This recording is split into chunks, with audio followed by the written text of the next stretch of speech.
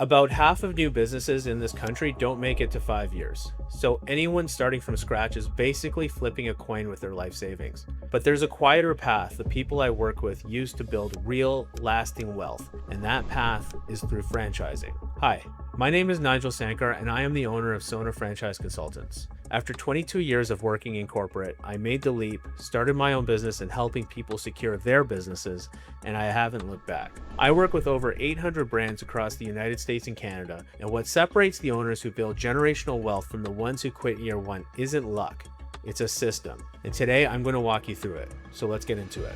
The first step is the one that decides whether you build wealth or burn through your savings. And what kills first-time buyers here isn't picking the wrong brand. It's picking the wrong model that is suitable for themselves. So with franchising, you're basically getting what I call a business in a box. You're getting proven systems, you're getting known brands, you're getting years of experience in product and service validation. You're getting fellow franchise owners who provide you with their experiences and tell you about what went right, and more importantly, tell you about what they would have done differently. And you're also getting a strong corporate team to support you in a variety of ways, including some of the most crucial areas like business setup and market activation, so you can start making money as quickly as possible. Now let's talk about what most first-time buyers get wrong. First, they chase brands they recognize. They're going down the street and they see a brand that they like and they say, let me get into that. Or they chase trends. They see what their kids are into, or maybe what they're into, or maybe what they saw on TV, and they say, you know what, I should start a business that capitalizes on that trend. Or they chase what makes the most money. Instead, ask yourself this: how much capital do I have? How much can I invest? How much time do I want to invest in this? Do I want to be an owner operator? Do I want to be semi-passive? Do I want to be executive owner? Do I want to have a hand in this business? Do I run the entire business myself, or do I want to take a step back and let the business manage itself for me? Those are crucial questions you need to ask yourself. Most people overcomplicate franchising. Wealth creation is not about finding the hottest franchise. It's about picking the right model, understanding the numbers, and executing the system. It can all go very easy if you just follow the playbook. Pick the model, understand the numbers, and execute the system. Now let's talk about picking the right franchise for you. First, let's talk about startups, non-franchises. Now, a startup could be the right thing for you. That's completely fine. But with a startup, just remember, in a startup, you're building everything yourself. You're learning through trial and error, and there's going to be a longer learning curve. You may have the great product, a very unique niche, and everything like that, but when it comes time to actually put that into a business, there are so many other factors at place. When you're talking about setting up your business, managing it long-term, and growing your business, it can be very daunting for a new business owner. So that's why a lot of people come towards franchising. Franchises have proven systems, many of which have been around for decades. They have training and support to get you up and running and to attract customers and generate profitability as early as day one, literally. And they have a shorter path to revenue. You're able to start activating your market before you even launch the business. With in-house marketing, corporate support, and an onboarding manager, you will be able to get the support you need to launch properly. And so literally on day one, there will be people waiting to use your services or your products. What do you say to someone thinking, I want to just do my own thing? And how do you tell whether they're built for franchising or should just go start their own company? Ask yourself this question: do I want to invent the recipe, or do I want to run the restaurant? Two completely different things. If you want complete freedom, start your own business. If you're the recipe maker and you want to create something brand new and get into a new area that hasn't been explored before, and you're okay with the business headaches that it takes to get up and running, go for it, start your own business. But if you want a proven system in a repeatable manner in a territory that's specifically yours, consider franchising. Now, when it comes to total investment, about $50,000 in liquid capital is a good starting point. And a misconception is you need the total investment in cash to operate your business, and that's just not true. There are many common sources that a lot of people, even the richest people out there, still use instead of cash in order to fund their business. Now, they can use SBA, small business loans, they can tap into their home equity and get a line of credit. they can use retirement funds, and they can get loans from other people privately or publicly. Once you've matched the model to your money and the goals, the next step is where the math really gets real. If one of these models is starting to feel like you, that's exactly what this call is for. Book a free 30-minute call using the link in the description. It costs you zero because the franchise companies pay my fee, so I only make money when you find the right franchise. Now back to it, because the next two steps are where the wealth actually gets built. Step 2 is what separates people who treat this as a job from people who treat this as an asset. And it comes down to two things: running the math like an investor and understanding what you're actually paying for when it comes time to write that check. The first thing you should look at when you get to the stage of receiving your franchise disclosure document is item 19. It's not available in all franchise disclosure documents, but it's available in many. And when you skip to item 19, that's going to tell you the average revenue, the median revenue per franchise. It's also going to tell you who the top performers are. Finally, it's going to tell you about the financial benchmarks. So what should you expect when you start a business, and what are some of the things that you need to do to get there? Now, revenue is not profit.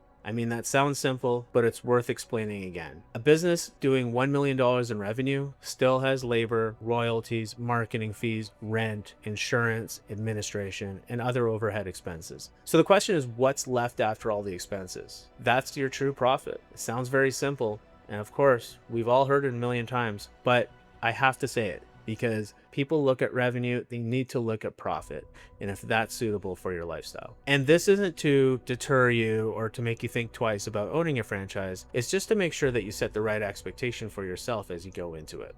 Now let's talk about royalties.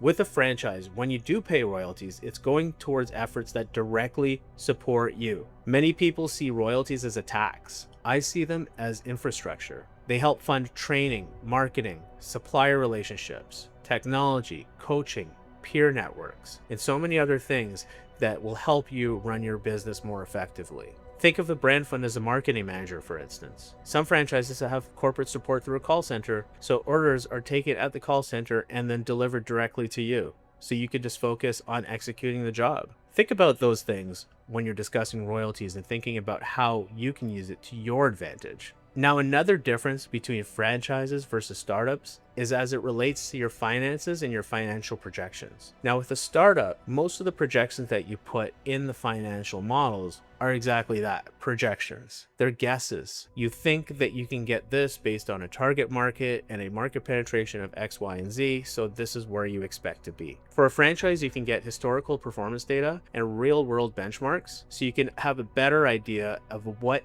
it takes to be profitable. These are real scenarios with real franchises, and you'll get a chance to interview these people and talk to the other owners so you can validate their performance and understand what they did to get there. Now, here are the three things that every buyer should know. 1. Item 19. What is the financial performance based on the average franchise? We talked about this earlier. Item 20. Look at this. Don't gloss over this. Look at how many new franchises have grown, how many have opened, how many have closed. Understand, is this a growing franchise or a declining one? How many have sold? And if they have sold, find out why. Ask the franchisor, why are these selling, and who are they selling to, and what was the reason? Also, talk to existing franchisees. Speak to as many as you can. Get insights. What worked? What didn't? What would they do differently? What would they never do again? Because all of those will lead you into designing your activation plan and your plan for success in the future. Now, I have to stress, research is great. Research is important, but there's such a thing as over-researching. Stop over-researching. At some point, more research, it doesn't provide clarity,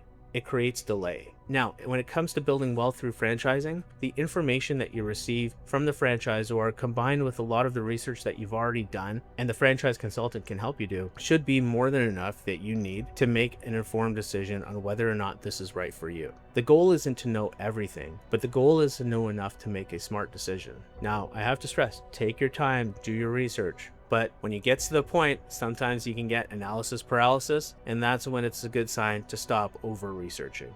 Once you understand the math and the system behind it, the only thing left is execution. With franchising, you are building an asset, not a job. A lot of us people that come from corporate backgrounds know exactly what busy work is, and do not do that for yourself. A business owner is locked in on doing the things that help make them make money, and that's by following the system and following the processes that you learned in your training. Don't spend month one picking colors, tweaking logos, redesigning your website, and doing those other things that might be pretty cool and pretty fun, but may not add as much value to the business as actually focusing on your business. Instead, focus on sales, focus on networking, focus on referrals, community outreach, following the launch plan.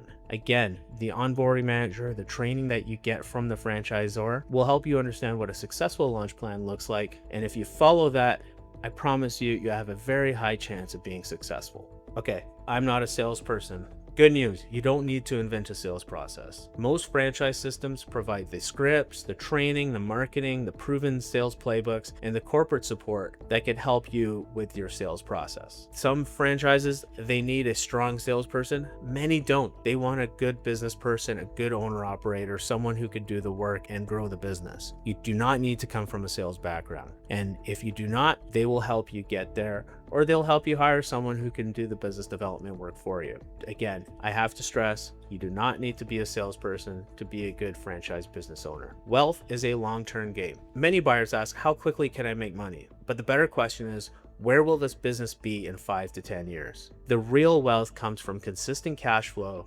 expansion, multiple territories, and bringing the enterprise's value. When you're about 3 years into franchising, you'll realize that you have these systems pretty much locked in. And that's when you can decide whether or not you want to expand your territories or expand your business to something new. If you do expand territories of the existing franchise, you'll be able to leverage all that experience, all that training, and also share resources potentially across multiple territories. That's when true wealth comes in. Think about hiring a general manager at this point so you could take a small step back from the business. That's when we talk about compounding wealth. Now, here's the end goal. The best franchises aren't building jobs. They're building assets that they can sell in the future and make a profit from, or pass to their children, or refinance against, or operate through managers. That's how wealth gets created. If you've been going back and forth between starting something on your own or buying a franchise, that's exactly what this call is for. Book a free 30-minute call using the link in my description. It costs you $0 because the franchise companies pay my fee, so I only make money when you find the right franchise. I'll see you on the call.